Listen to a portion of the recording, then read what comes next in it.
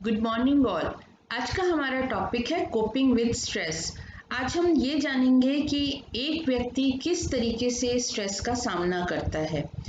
पिछले लेक्चर्स में आपने देखा कि स्ट्रेस एक ऐसा नकारात्मक संवेगात्मक अनुभव है जिसमें व्यक्ति में जैव रसायन, शरीर क्रियात्मक, संज्ञानात्मक और व्यवहारात्मक परिवर्तन होते हैं और इनका पर्पस जो भी स्ट्रेसफुल इवेंट है उसको कम करना, चेंज करना या कंट्रोल करना होता है। कोई भी ऐसा फैक्टर जिसे एक इंडिविजुअल थ्रेटनिंग और चैलेंजिंग फील करता है, जिससे उसे लगता है कि ये चुनौतीपूर्ण है या मेरे रिसोर्सेज से बाहर है, तो व्यक्ति में स्ट्रेस उत्पन्न होती है और हर एक व्यक्ति स्ट्रेस का सामना अपने ढंग से करता है। जो व्यक्ति का जो अपना तरीका होता है स्ट्रेस का सामना करने का, स्ट्रेस को झेलने का या कंट्रोल करने का, उसे ही कोपिंग कहा जाता है। कोपिंग को डिफाइन करते हुए लेजारस एंड फोकमैन ने कहा है कि व्यक्ति के संसाधनों से अधिक विशिष्ट बाहरी और आंतरिक मांगों को प्रबंधित करने के लिए लगातार संज्ञानात्मक और व्यवहारिक प्रयासों को बदलना ही कोपिंग है। Constantly changing cognitive and behavioral efforts to manage specific external and internal demands that are appraised as taxing or exceeding the resources of the person। इसका मतलब ये है कि व्यक्ति को जो भी आंतरिक या बाह्य, एक्सटर्नल और इंटरनल डिमांड्स, मांगे, जो व्यक्ति को ये लगता है कि ये इन पर मेरा कंट्रोल नहीं है या ये मेरे ऊपर बहुत भारी पड़ रही हैं, ये जो मेरे पास रिसोर्सेस हैं उनसे बहुत अधिक है, तो उनसे एडजस्टमेंट करने के लिए व्यक्ति जो अपना बिहेवियर पैटर्न चेंज करता है, जो अपना कॉग्निटिव पैटर्न चेंज करता है और ये चेंज वो तब तक करता है जब तक कि इन डिमांड्स को मीट ना कर जाए। यानी जो आवश्यकताएं या जो स्ट्रेस, हम यहाँ पर शब्द ले लेते हैं कि जो वातावरण की जो स्ट्रेस है उससे व्यक्ति जब तक एडजस्टमेंट नहीं कर पाता तब तक वो अपने बिहेवियर पैटर्न को चेंज करता रहता है और इसी दशा को कोपिंग कहा जाता है।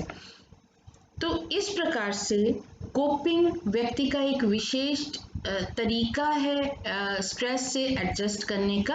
अब हम यहाँ पर उसकी कुछ विशेषताएं देखते हैं।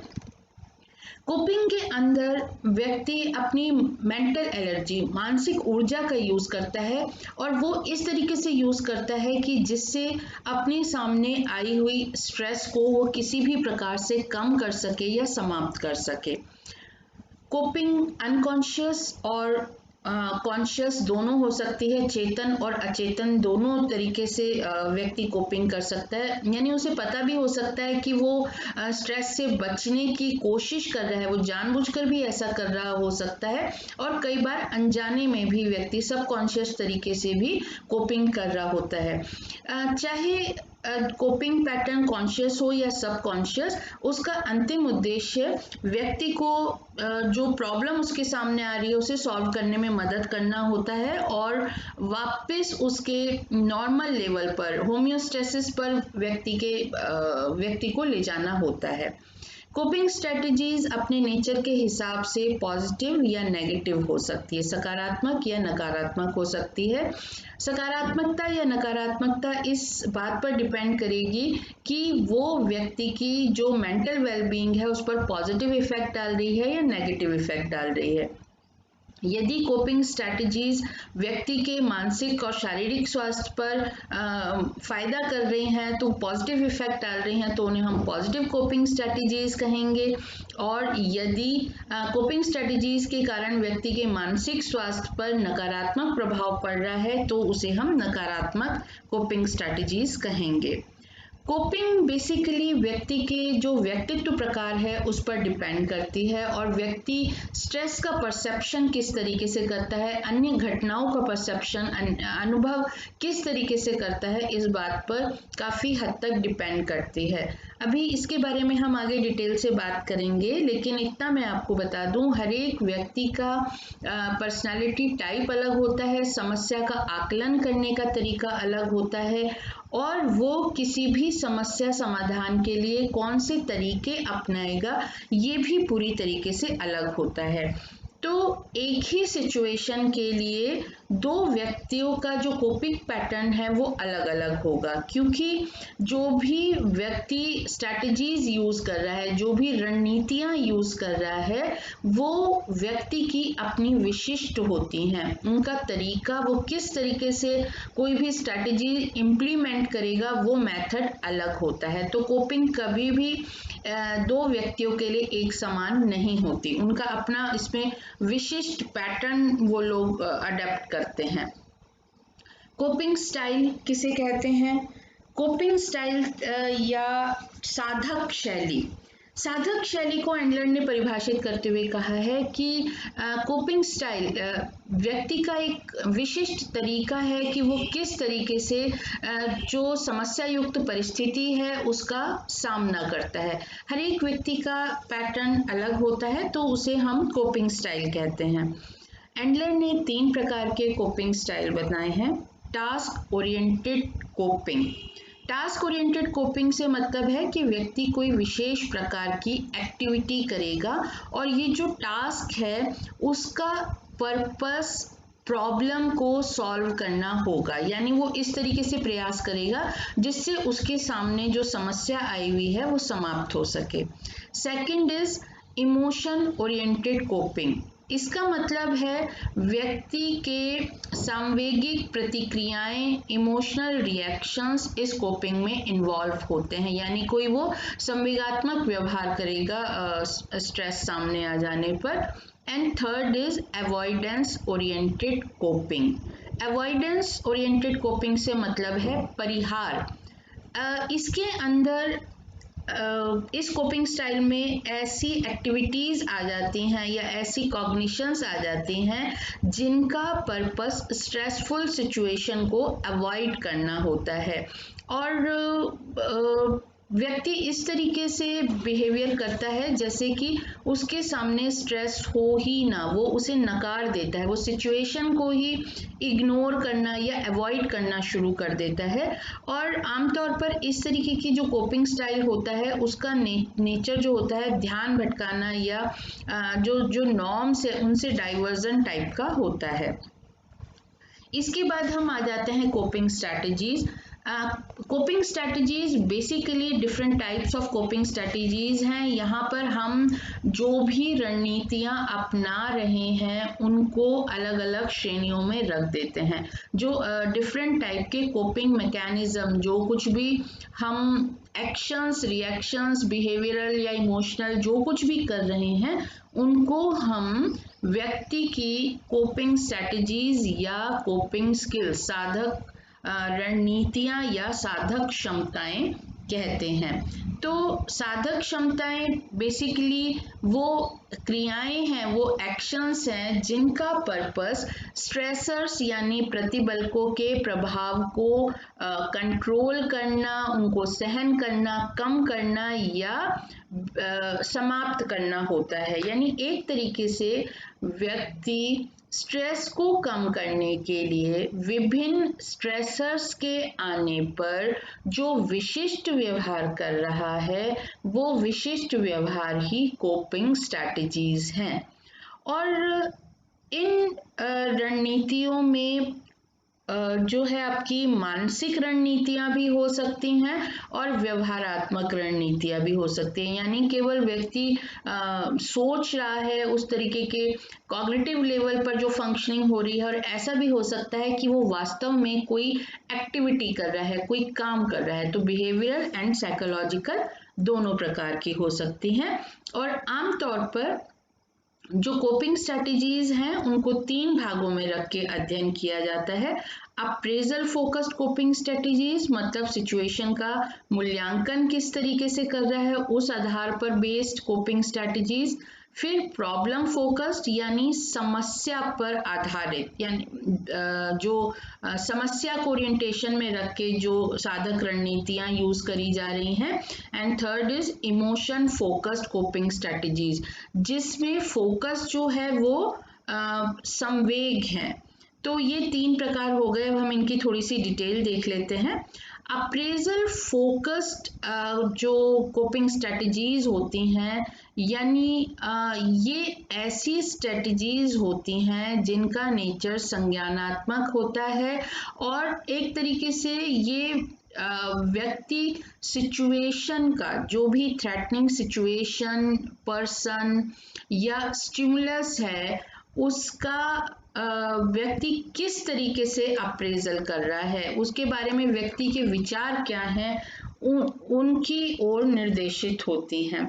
और basically appraisal focused coping strategies उन रणनीतियों को कहा जाता है जिसमें व्यक्ति अपनी सोच को परिवर्तित करता है। तो इसके कुछ एग्जाम्पल है कि व्यक्ति सिचुएशन आ जाने पर उस सिचुएशन को ही नकार देता है, एम्प्लॉइंग डिनायल, वो उसे एक्सेप्ट ही नहीं करता। जैसे इसका एक एग्जांपल मैं यहाँ पे देना चाहूँगी। मैंने आपको बताया था कि किसी प्रिय की मृत्यु होने पर स्ट्रेस होगा, बहुत स्ट्रेस होता है, व्यक्ति तनाव का अनुभव करता है। तो यहाँ पर एक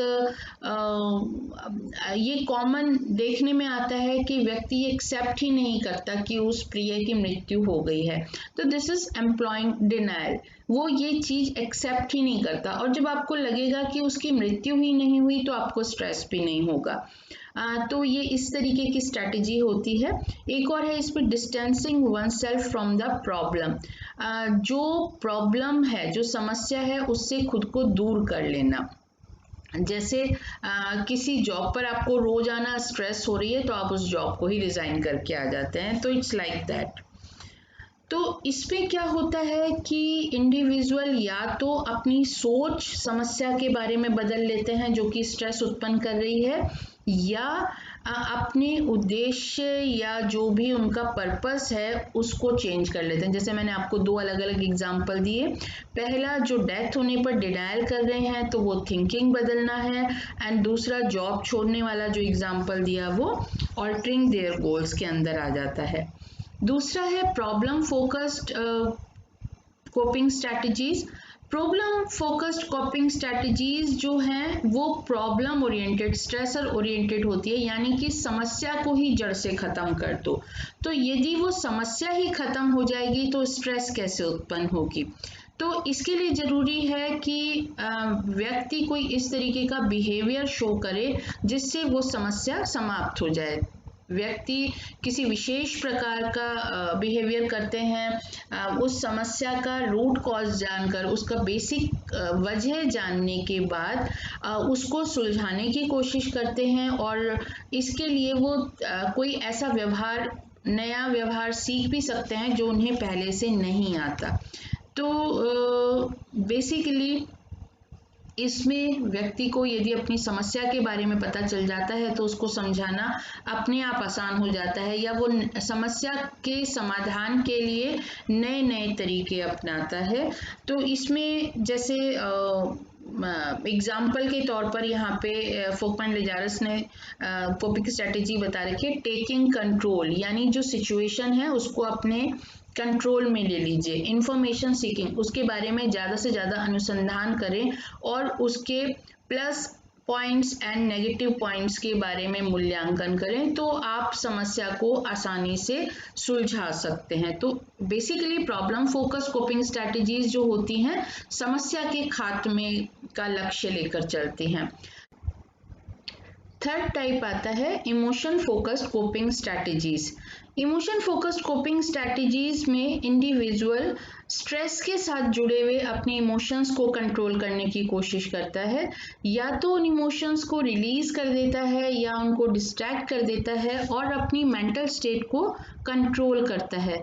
तो इससे क्या होता है कि उसके इमोशंस उतने ज़्यादा इंटेंस नहीं रहते और वो आसानी से प्रॉब्लम के साथ कोप अप कर सकता है। यहाँ पर हम एग्जांपल ले सकते हैं कि जैसे इंडिविजुअल एक्सरसाइजिंग सेल्फ कंट्रोल, यानी अपने ऊपर नियंत्रण कर रहा है। जो व्यक्ति मेडिटेशन करते हैं या जो किसी तरीके की रिलीजियस भावना रखते हैं, उन लोगों में ये बहुत देखने में आता है कि उनका अपने ऊपर नियंत्रण बहुत ज़्यादा होता है और जिसकी वजह से वो लोग स्ट्रेस कम फील करते हैं। योगा कर रहे हैं, एक्सरसाइज कर रहे हैं, तो कहीं ना कहीं आपकी सेल्फ पावर और जो इमोशनल कंट्रोल है उस को बढ़ाता है और जिससे आपको स्ट्रेस कम होती है।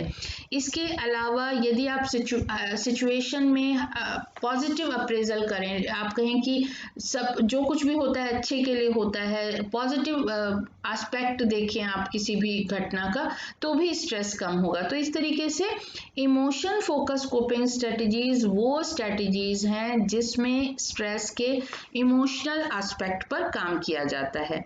अब हम देखते हैं नेगेटिव कोपिंग क्या होती है। मैंने आपको भी पीछे बताया था कि कोपिंग जो है वो नेगेटिव और पॉजिटिव दोनों हो सकती है। पॉजिटिव कोपिंग सक्सेसफुल कोपिंग रहती है जिसमें आपकी जो मेंटल वेलबीइंग है वो इंटैक्ट रहती है, लेकिन नेगेटिव कोपिंग कहीं ना कहीं पर हमारी फिजिकल और मेंटल हेल्थ पर प्रभाव डालती है और इसीलिए जो नेगेटिव कोपिंग है उसे मालएडेप्टिव कोपिंग भी कहा जाता है। कुसमायोजित साधक रणनीतियां भी इन्हें कहा जाता है। इसमें क्या होता है कि व्यक्ति जो भी स्ट्रेस है, एक तरीके से जो उसका तरीका होता है स्ट्रेस को जूझने का, उसका नेचर इस प्रकार का होता है जिसमें वो किसी ना किसी तरीके से स्वयं को नहीं तो दूसरों को हानि पहुंचा रहा होता है। और कई बार व्यक्ति इतना ज़्यादा डिफेंसिव हो जाता है कि उसे पता ही नहीं लगता वो क्या कर रहा है। वो अपनी हद से ज़्यादा जाकर भी कुछ इस तरीके का व्यवहार करता है जो कि उसे नुकसान पहुंचा सकता है, या जो बेसिकली उस तरीके का उसका व्यवहार होता नहीं है, वो ऐसा व्यवहार भी शो करने की टेंडेंसी रखता है और व्यक्ति इसमें अपनी हद से बाहर जा सकता है। तो इसमें यहाँ पे आप देखिए कुछ एग्जांपल्स यहाँ पे दे रखे हैं नेगेटिव कोपिंग मैकेनिज्म के। जैसे व्यक्ति ड्रग्स लेना शुरू कर देता है, अल्कोहल लेना शुरू कर देता है, या वो अपने आप को अकेला कर लेता है, अपने को नुकसान पहुंचाता है, या तोड़ फोड़ करना, आवश्यकता से अधिक सोना, या कुछ भी खाना। तो ये कुछ एग्जाम्पल हैं। हद से हद व्यक्ति इसमें सुसाइड भी कर सकता है नेगेटिव कोपिंग में। तो ये नेगेटिव कोपिंग व्यक्ति के लिए हानिकारक हो सकती है। इसके बाद हम देखते हैं कौन से ऐसे फैक्टर्स हैं जो व्यक्ति के जो कोपिंग मैकेनिज्म पर प्रभाव डाले, व्यक्ति किस तरीके की साधक रणनीतियों का उपयोग करेगा, इस पर कुछ फैक्टर्स प्रभाव डालते हैं। अब हम उन्हीं की चर्चा करेंगे। इन फैक्टर्स को हम दो भागों में रखकर पढ़ सकते हैं, इंटरनल और एक्सटर्नल। इंटरनल फैक्टर्स उन फैक्टर्स को कहा जाएगा जो व्यक्ति से जुड़े हुए हैं और एक्सटर्नल फैक्टर्स जो एनवायरनमेंट से जुड़े हुए हैं। तो हम देखते हैं, पहला है नेगेटिव अफेक्टिविटी। इसे हम सिंपली नेगेटिविटी भी कह सकते हैं। जैसे कुछ व्यक्तियों का नेचर होता है नकारात्मकता, उनमें नकारात्मकता का भाव बहुत ज़्यादा होता है। वो हर एक सिचुएशन का, हर एक व्यक्ति वस्तु का नेगेटिव एस्पेक्ट ज़्यादा ध्यान से देखते हैं या उस पर ज़्यादा जोर देते हैं। तो इससे क्या होता है कि आपके सामने कोई भी सिचुएशन आ रही है और आप उसका नकारात्मक पक्ष पर ज़्यादा ध्यान दे रहे हैं, तो नेचुरली वो आपके लिए स्ट्रेसफुल हो जाएगी। कोई भी सिचुएशन के अच्छा बुरा, पॉजिटिव नेगेटिव दोनों एस्पेक्ट होते हैं, और यदि आप नेगेटिविटी रखते हैं, आपके भाव नकारात्मक हैं, तो सिचुएशन आपको स्ट्रेसफुल दिखेगी ही दिखेगी। और जिन व्यक्तियों में नकारात्मकता पाई जाती है उनकी कोपिंग स्किल भी वीक होती है। वो समस्या का जो समाधान है वो आसानी से नहीं कर पाते, स्ट्रेस से उतना सक्सेसफुली फाइट नहीं कर पाते। फिर बात आ जाती है एट्रीब्यूशनल स्टाइल। एट्रीब्यूशनल स्टाइल का मतलब होता है गुणारोपण। आप किस चीज को स्ट्रेस के लिए रिस्पॉन्सिबल मान रहे हैं। तो आप सिचुएशन का अप्रेजल किस तरीके से कर रहे हैं, आप किस चीज़ को रिस्पॉन्सिबल मान रहे हैं, इस चीज़ पर भी डिपेंड करेगा कि आपकी कोपिंग किस तरीके की है। जैसे यदि व्यक्ति हर एक सिचुएशन में खुद को जिम्मेदार मानता है कि ये सब कुछ जो है मेरे कारण हुआ है, तो व्यक्ति एक तरीके से अपनी पुअर हेल्थ के लिए खुद रिस्पॉन्सिबल होता है। हमारे चारों तरफ बहुत सी घटनाएं घटित होती हैं, बहुत सारे स्ट्रेस हमें चारों तरफ मिलती हैं, लेकिन यदि हम स्ट्रेस को जनरलाइज कर लें कि ऐसा तो सबके लिए होता है, केवल मेरे लिए नहीं है, तो हम उससे ज़्यादा एफिशिएंटली कोप अप कर पाएंगे, हम उसका सामना ज़्यादा अच्छे ढंग से कर पाएंगे। तो यदि आप स्ट्रेस के लिए अपने को रिस्पॉन्सिबल मानेंगे, जो नकारात्मक एट्रीब्यूशनल स्टाइल होगा, नेगेटिव एट्रीब्यूशनल स्टाइल या नकारात्मक आरोपण शैली होगी, तो इससे व्यक्ति के इम्यून सिस्टम पर भी फर्क पड़ता है, जो उसका रोग प्रतिरोधक क्षमता है उस पर भी प्रतिरोध पड़ता है, और साथ ही साथ व्यक्ति जो है स्ट्रेस से उतना एफिशिएंटली फाइट भी नहीं कर पाता। Next is hardiness. हार्डीनेस के लिए एक प्रॉपर हिंदी शब्द तो मैं आपको नहीं दे पाऊंगी, ये एक व्यक्तित्व विशेषता है, यानी ऐसे व्यक्ति जो जिनका जो इंटरनल पावर बहुत ज़्यादा होती है स्ट्रेस से फाइट करने की, तो व्यक्ति में यदि इस तरीके की क्षमता है तो वो आसानी से स्ट्रेस को झेल पाएंगे, उसके साथ फाइट कर पाएंगे, उससे आसानी से कोपिंग कर पाएंगे। क्योंकि ऐसे व्यक्तियों में अपने ऊपर कंट्रोल रहता है, आत्मनियंत्रण की क्षमता ज़्यादा रहती है, प्लस ऐसे व्यक्ति चैलेंजेस का सामना आसानी से कर पाते हैं। तो जिन व्यक्तियों में हार्डीनेस का गुण पाया जाता है, उन व्यक्तियों में कोपिंग क्षमता ज़्यादा होती है, उनका फिजिकल एंड साइकोलॉजिकल हेल्थ अच्छी होती है। नेक्स्ट इज ऑप्टिमिज्म, आशावाद। आशावाद बेसिकली एक पॉजिटिव गुण है, तो जिन व्यक्तियों में ऑप्टिमिज्म पाया जाता है, आशावाद पाया जाता है, उन व्यक्तियों में कोपिंग इफेक्टिव होगी, क्योंकि वो जो भी उनका जो एक स्ट्रैटेजी रहती है वो रहती है प्रॉब्लम फोकस्ड कोपिंग स्ट्रैटेजीज, यानी ये जो समस्या मेरे सामने आई है इसको मैं सुलझा सकता हूँ, इसको मैं खत्म कर सकता हूँ। और उसके कारण क्या होता है कि वो समस्या समाधान, जब समस्या रूट से ही खत्म हो जाएगी तो व्यक्ति की स्ट्रेस ऑटोमेटिकली खत्म हो जाएगी। तो ऐसे व्यक्ति बहुत इफेक्टिवली, बहुत प्रभावपूर्ण तरीके से स्ट्रेस का सामना करने की कोशिश करते हैं। And next is psychological control. Psychological control से मतलब है व्यक्ति का नियंत्रण, मनोवैज्ञानिक नियंत्रण, यानी उसे ये कितना लग रहा है कि जो समस्या, जो सिचुएशन उसके सामने आई है उसको वो हैंडल कर पाएगा, या जो कुछ भी एनवायरनमेंट है, जो बाहर की चीज़ें हैं उन पर उसका कंट्रोल कितना है, सिचुएशन पर, प्रॉब्लम पर, अपने आप पर कितना कंट्रोल है, वो कितना एफिशिएंटली चीज़ों को हैंडल कर पाता है, कितना एफिशिएंटली डील कर पाता है। व्यक्ति को जितना ज़्यादा ये विश्वास होगा कि I can handle it, situation पर मेरा कंट्रोल है, ये जो घटनाक्रम घटित हो रहा है ये अंडर कंट्रोल है, जब तक उसमें ये विश्वास बना रहेगा तब तक उसकी कोपिंग जो है वो बहुत अच्छी होती रहेगी। ये कहीं ना कहीं पे इसको हम एक सेल्फ एफिकेसी का गुण भी कह सकते हैं। सेल्फ एफिकेसी बेसिकली विशिष्ट परिस्थिति में व्यक्ति किस तरीके से पॉजिटिविटी दिखाते हुए व्यवहार करता है, उसे कहा जाता है व्यक्ति की कंट्रोलिंग पावर, एक तरीके से सेल्फ एफिकेसी उसे हम कहते हैं। तो व्यक्ति में यदि सेल्फ एफिकेसी ज़्यादा है तो व्यक्ति आसानी से जो स्ट्रेसफुल इवेंट्स हैं उनको कंट्रोल कर सकता है, उनसे फाइट कर सकता है। Next is additional coping resources. ये कुछ दूसरे फैक्टर्स हैं जो कि व्यक्ति के पर्सनैलिटी से रिलेटेड हैं और उसके कोपिंग पर प्रभाव डाल सकते हैं। जैसे सेल्फ एस्टीम, यदि इंडिविजुअल की सेल्फ एस्टीम हाई है, जो अपना असेसमेंट पॉजिटिवली करता है व्यक्ति, तो वो स्ट्रेस से सक्सेसफुली फाइट कर सकता है।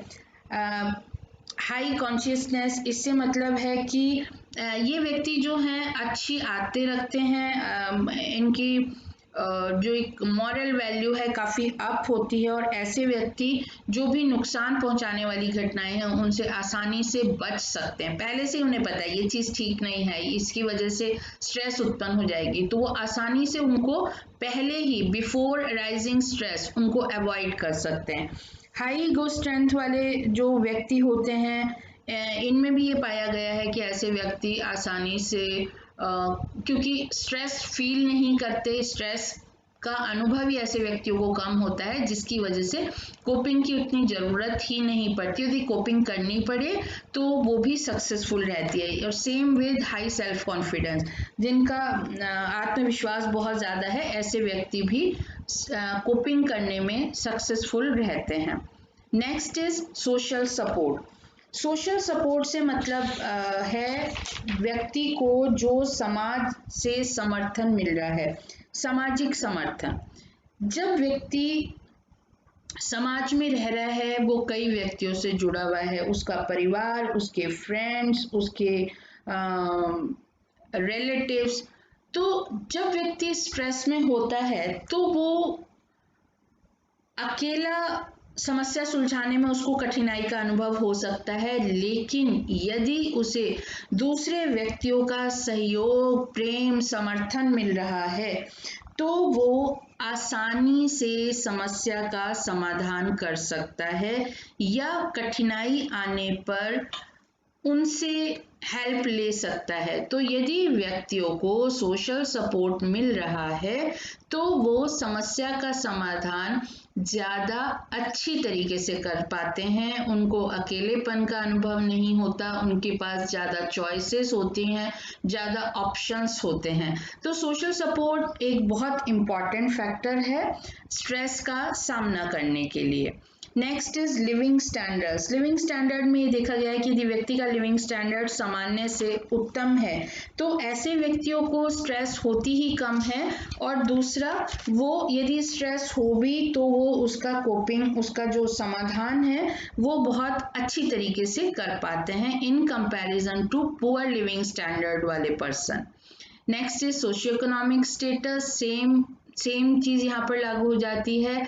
जिन व्यक्तियों का सोशियो इकोनॉमिक स्टेटस लो है, उनके पास रिसोर्सेज कम है, ऐसे व्यक्तियों को स्ट्रेस का अनुभव भी ज़्यादा होता है, और वो कोपिंग स्ट्रैटेजीज भी उनकी पुअर होती हैं या नेगेटिव होती हैं। Next is religion. मैंने अभी पीछे आपको बताया था, रिलीजन अपने आप में व्यक्ति के लिए कोपिंग रिसोर्स है। जो व्यक्ति किसी भी धर्म, उसकी मान्यताओं में आस्था रखते हैं, वो स्ट्रेस का सामना कम करते हैं। और हम भारतीयों की एक विशेष आदत है, कोई भी सिचुएशन आ जाने पर हम कहते हैं भगवान जो करता है अच्छे के लिए करता है। हम अपनी सारी प्रॉब्लम भगवान को ट्रांसफर कर देते हैं and we feel somewhat relaxed. तो रिलीजन, आप किसी भी धर्म को मान रहे हैं तो उनकी जो प्रीचिंग है, जो वो आपको रिलैक्स करने में मदद करती है, आपको स्ट्रेस का सामना करने में मदद करती है, और आप शांत रहते हैं। इसी आशा के साथ कि आप स्ट्रेस को अच्छे से डील कर पाएं, यहाँ पे कुछ कैप्शंस आप देख रहे हैं, slow down, keep calm, be positive. मैं ये लेक्चर यहाँ पे समाप्त करती हूँ। Thank you.